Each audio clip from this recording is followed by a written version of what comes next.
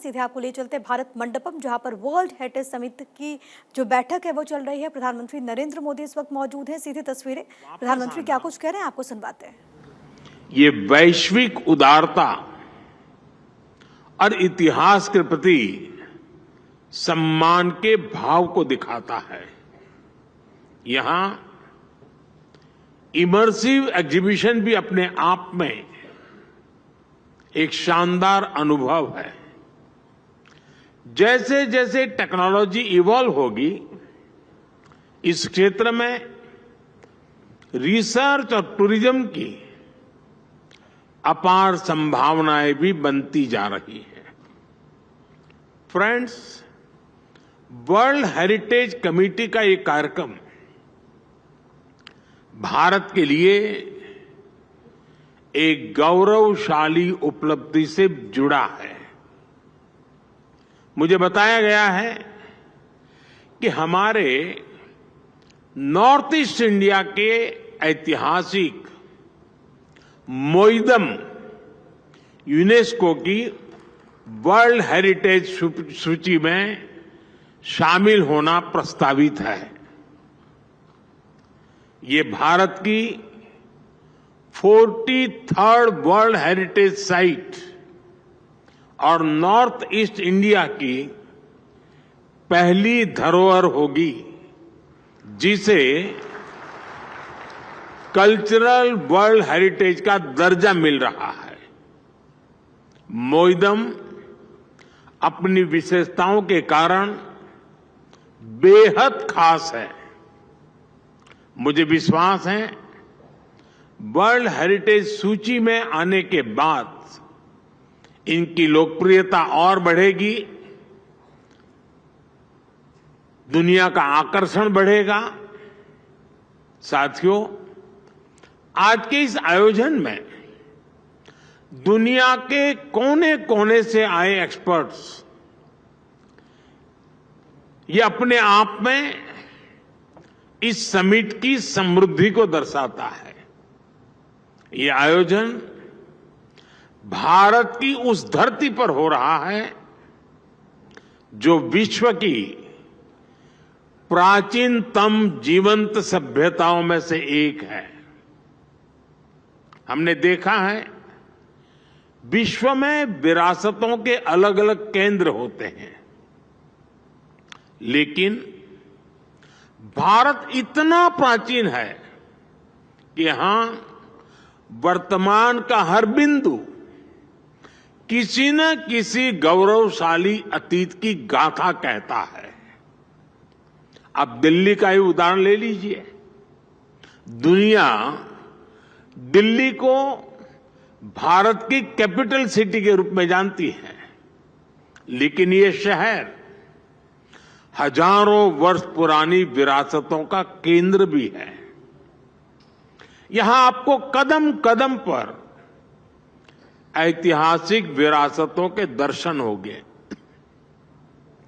यहां से करीब 15 किलोमीटर दूर ही कई टन का एक लौह स्तंभ है। एक ऐसा स्तंभ जो 2000 वर्षों से खुले में खड़ा है, फिर भी आज तक रस्ट रेजिस्टेंट है। इसे पता चलता है कि उस समय भी भारत की मेटलर्जी कितनी उन्नत थी।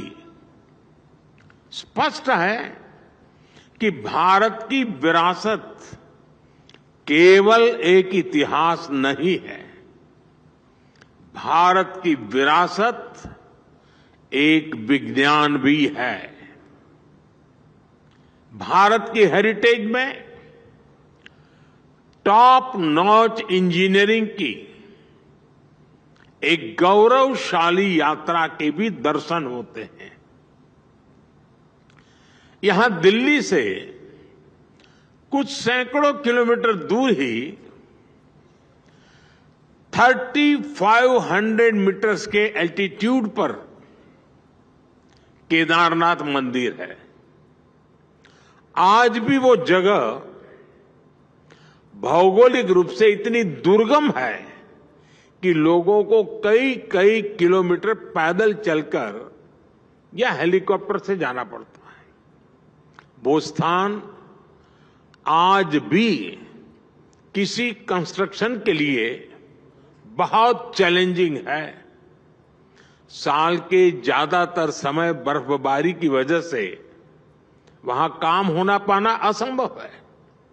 लेकिन आप ये जानकर हैरान रह जाएंगे कि केदार घाटी में इतने बड़े मंदिर का निर्माण 8वीं शताब्दी में हुआ था। उसकी इंजीनियरिंग में कठोर वातावरण और ग्लेशियर का पूरा ध्यान रखा गया। यही नहीं, मंदिर में कहीं भी मॉर्टर का इस्तेमाल नहीं हुआ है, लेकिन वो मंदिर आज तक अटल है। इसी तरह दक्षिण में राजा चौल द्वारा बनाए गए बृहदीश्वर मंदिर का भी उदाहरण है।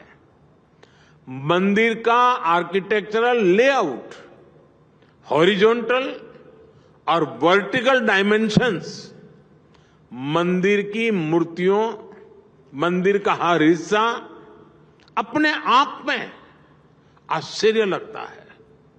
फ्रेंड्स, मैं जिस गुजरात राज्य से आता हूं, वहां धोलावीरा और लोथल जैसे स्थान है। धोलावीरा में 3000 से 1500 BCE पहले जिस तरह की अर्बन प्लानिंग थी, जिस तरह का वाटर मैनेजमेंट सिस्टम और व्यवस्थाएं थी, वो 21वीं सदी में भी एक्सपर्ट्स को हैरान करते हैं। लोथल में भी दुर्ग और लोअर टाउन की प्लानिंग, स्ट्रीट और ड्रेन्स की व्यवस्था, ये उस प्राचीन सभ्यता के आधुनिक स्तर को बताता है। फ्रेंड्स, भारत का इतिहास और भारतीय सभ्यता ये सामान्य इतिहास बोध से कहीं ज्यादा प्राचीन और व्यापक है।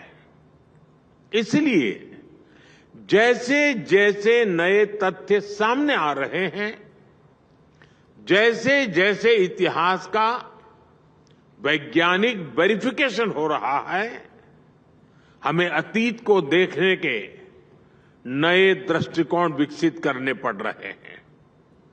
यहां मौजूद वर्ल्ड एक्सपर्ट्स को उत्तर प्रदेश के सिनौली में मिले सबूतों के बारे में जरूर जानना चाहिए। सिनौली की फाइंडिंग्स कॉपर एज की हैं, लेकिन ये इंडस वैली सिविलाइजेशन की जगह वैदिक सिविलाइजेशन से मेल खाती है।